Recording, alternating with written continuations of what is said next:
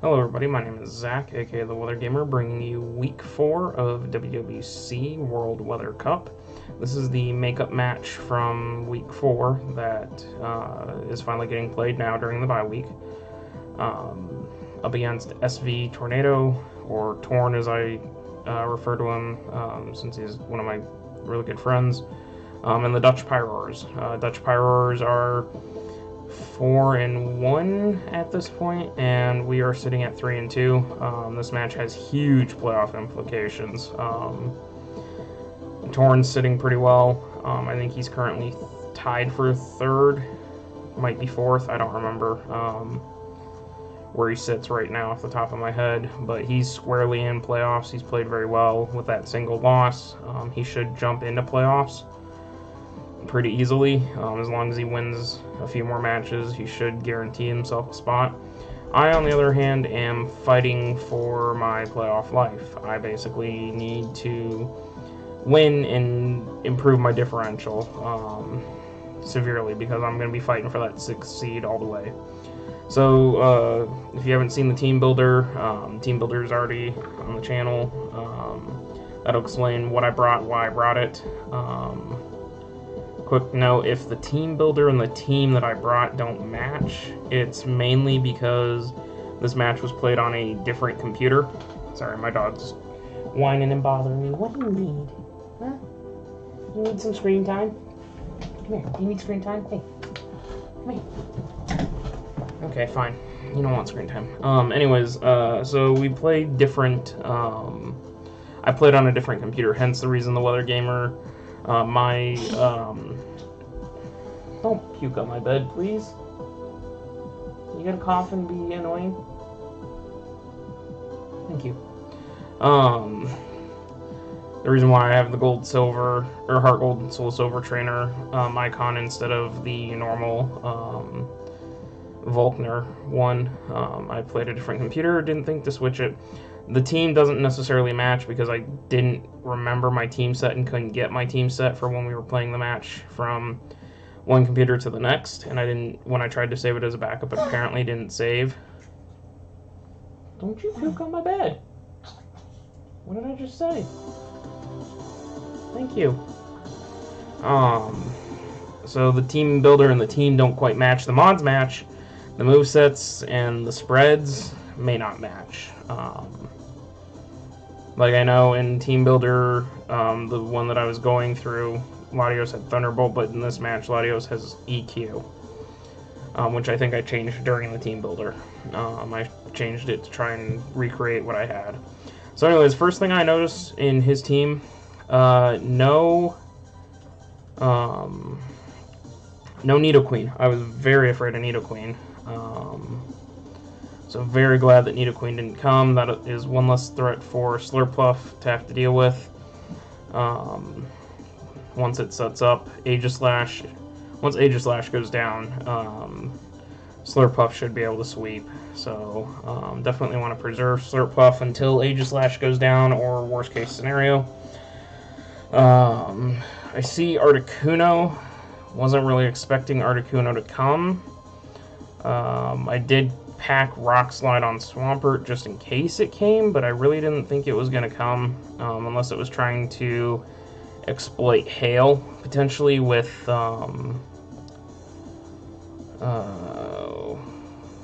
Snowcloak, I think is the ability that raises its evasion, and it could be carrying Aurora Veil. I don't know if that's something, because I have both Rain and Hail, and Articuno is very good at exploiting Hail.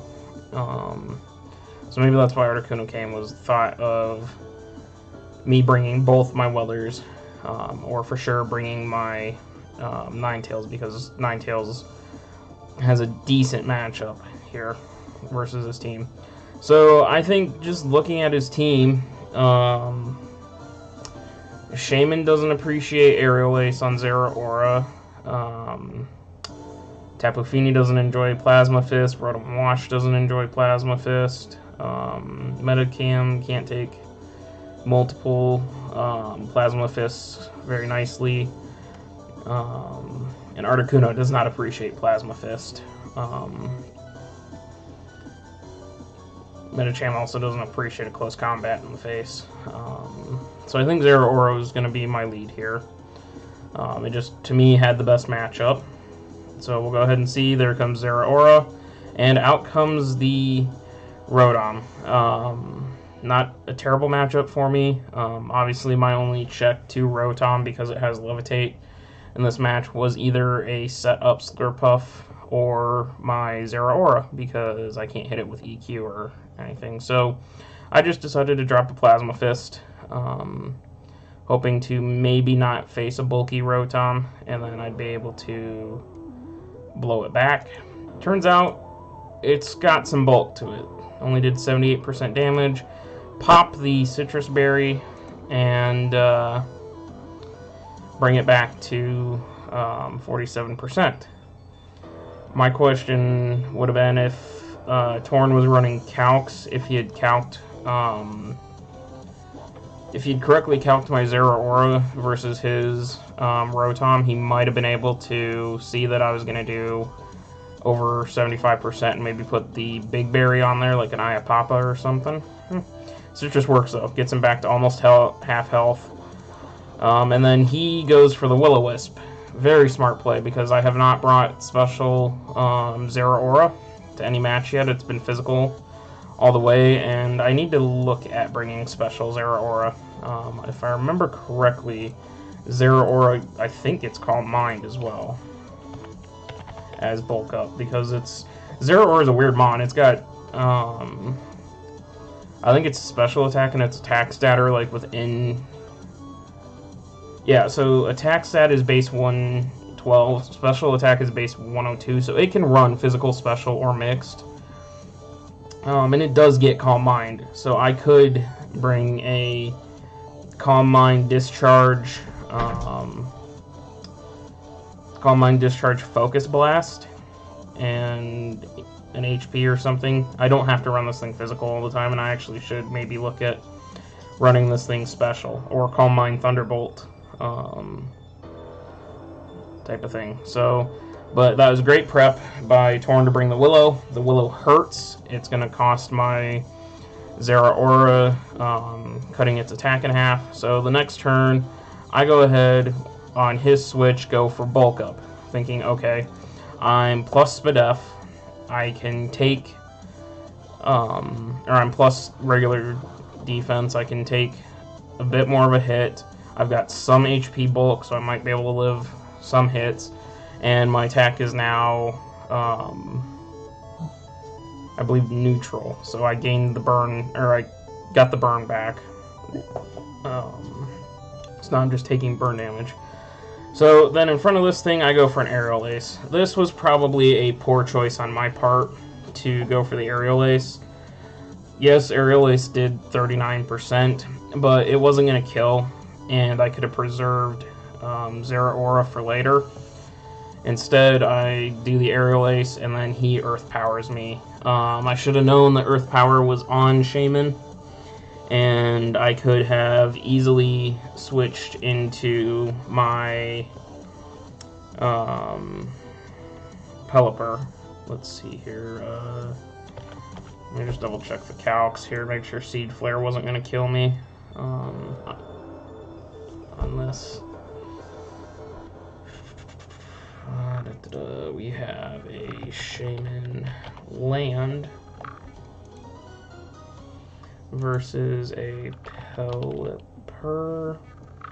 I was defensive, running. No, I didn't have that much in.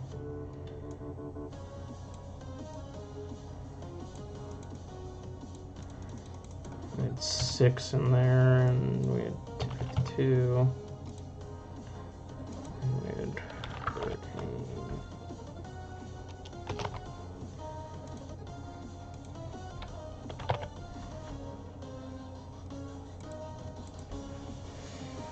Seed Flare actually would have OHKO'd me, potentially. Yeah, it would have been in my favor, but Shaman would have outsped me, and then the Rain would have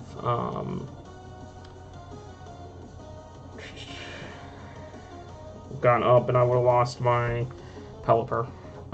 So I guess it was good in hindsight, letting Zeraora go down. I bring Pelipper in, obviously, and I didn't think he was going to stay in. He stays in Tailwinds, and this is critical that he Tailwinded me. And it's going to come into play here momentarily. He Tailwinds, I drop the Hurricane just hoping that regardless of what comes in, the Hurricane's going to hit and do big damage. Like it would kill the Shaman from this range. If he was Tapu Fini, defensive, Hurricane does about 40%, which is a nice chunk of chip damage on it, and then it can't OHKO me in return. The Rotom Wash.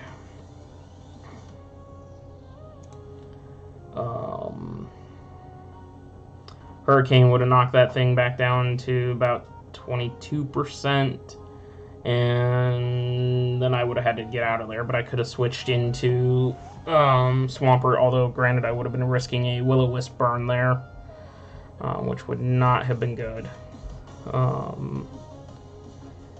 With the Hurricane, Aegislash doesn't appreciate it. Metacham would die to it. Articuno, I think, would take a good chunk from it. Yeah, Articuno would take 44% from it, about that. And it would have the potential to confuse, all of which would have been very good to have happen. So the Hurricane was a good play. Shaman goes down, but sets up a Tailwind. In comes the Articuno. Articuno is naturally faster, and I didn't want to risk losing anything to a potential Specs, Ice Beam, Specs Blizzard, Specs something. I didn't want to lose Articuno to, or something else to a Specs Articuno. So, because he's naturally faster, I thought, okay, this thing is going to outspeed Pelipper. Pelipper goes down. He freeze dries, which is what I was scared of, because freeze dry also will kill Swampert. Kills Pelipper. Pelipper goes down. I don't have a rain setter, so I decided, okay, I got the rain. It's time to bring in Swampert and try to sweep, or at least wear his team down. Swampert should outspeed this thing unless it's Scarfed. And so I thought I was in a good position. I'd just drop a Rock Slide, this thing would die. In would come Tapu Fini. I'd Poison Jab, or not Poison Jab, what was I going to do? Swampert. When Tapu Fini came in, what was Swampert going to do? Oh, I was just going to Waterfall. Or else get out of there. Rotom comes in, I kill it with a Rock Slide or something else. The Metacham comes in and I kill it with a Rain Boosted Waterfall. Aegislash comes in, I hit it with a Earthquake, and it dies. So I thought, okay, here we go. Other than Tapu Fini, I can sweep with this thing. And so then we go in, and I get hit with a Freeze Dry, and I immediately go, how? He had to be Scarfed then. And then I started thinking, how do I beat Scarfed Articuno? But I forgot one very crucial thing, and it cost me my Swampert. It cost me a chance to sweep with Swampert. Had I been paying attention, I would have noticed right here, Foe's Tailwind, 2 turns. Foe's Tailwind, 2 turns. He was going to outspeed me. My bad. That's something I need to pay more attention to. So I lose Swampert, and now I'm thinking, oh great, I'm in trouble. It's 5-3 at this point. I have Aegislash still on the board. Slurpuff can't come in yet and try to sweep. Latios can't do much to Fini because I wasn't carrying Thunderbolt. And I didn't have Poison Jab on Escavalier, so this Fini was going to be a problem for me. I didn't have much to do. Escavalier comes in, I take a Hurricane. Obviously, he's now exploiting the rain. That proved that he wasn't Scarfed, even though I wasn't paying attention to the fact he had Tailwind up. Hurricane was his best hit on me. I retaliate, locking myself into Iron Head with the Choice Band, and he reveals Rocky Helmet just to get more chip. that Rocky Helmet chip damage actually is going to be big because it's going to put Escavalier in range of whatever wants to come in and hit me, which is the Feeny. The Feeny comes in, brines, and kills me. I'm pretty sure at 36%, I probably would have lived that. Escavalier, choice band. I had max in my HP, and I was at 36%, or not 10%, 36%, versus Tapu Fini.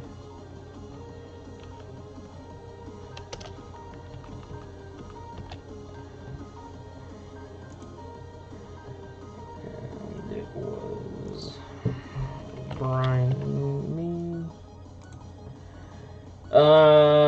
No, I did not live the Tapu Fini, Brian, especially with rain up. Yeah, it did 65 to 56 to 66%, so there's no way I was living that. Brian was a really cool tech, though. To bring Brian on Amon, and after the battle, Torn and I talked, he had Nature's Madness Brian. That was a very clean set in my mind, because Nature's Madness is going to cut your HP in half, and then Brine does double once you're below half HP, plus the rain. It was a really great tech, and it could have put in some work here for him. However, I'm forced at this point, because Latios can't beat Tapu Fini. I'm going to have to go into Slurpuff and set up. And then, at this point, I'm pretty sure the match was over, because Metacham could have had Bullet Punch, and it was a roll as to whether or not I'd OHKO the Aegislash or not. So I go for the Belly Drum. Best play I had, Belly Drum. We restore with the Citrus Berry. We're going to get our Unburden boost to double our speed since our berry's gone. We're now max attack and 2x speed. Hits a Moonblast, drops me to 40% or 14%, well within range of priority, either Shadow Sneaking or Bullet Punch. So at this point I thought, okay, well at least I take Finny before Aegislash or Metacham comes in, and then I have to fight through them to try and deal with this. If I hit the Play Rough. That was the key, was I had to start hitting Play Roughs. So Play Rough, I take out the Feeny. I was going to OHKO anyways. In comes Aegislash. And I knew this was going to be a roll. In defensive form, I had a 3% chance to OHKO. I needed a max roll, or I needed a crit. So I just Play Rough again and take him down to 38%.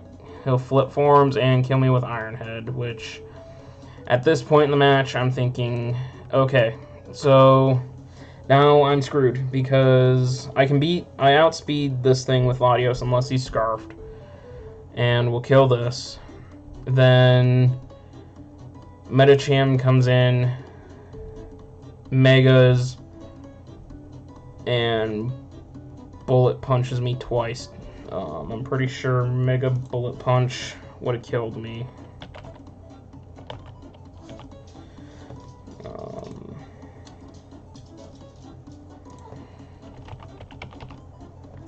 Adios.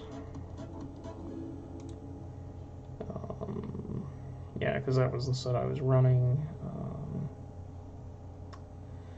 He could have faked me out, which would have done about 34%. And then he could have Bullet Punched me for another 34%, so he would have taken me down low. And then if this thing had Shadow Sneak, it would have probably been enough to finish me off. And Metacam would have been up, as would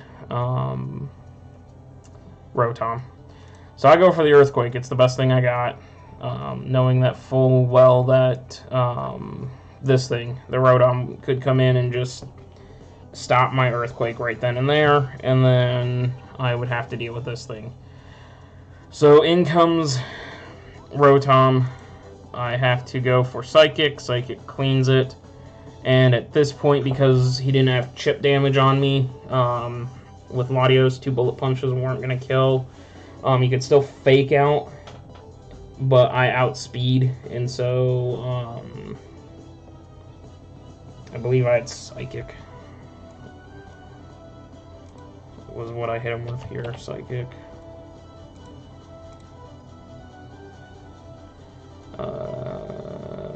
Expert Belt.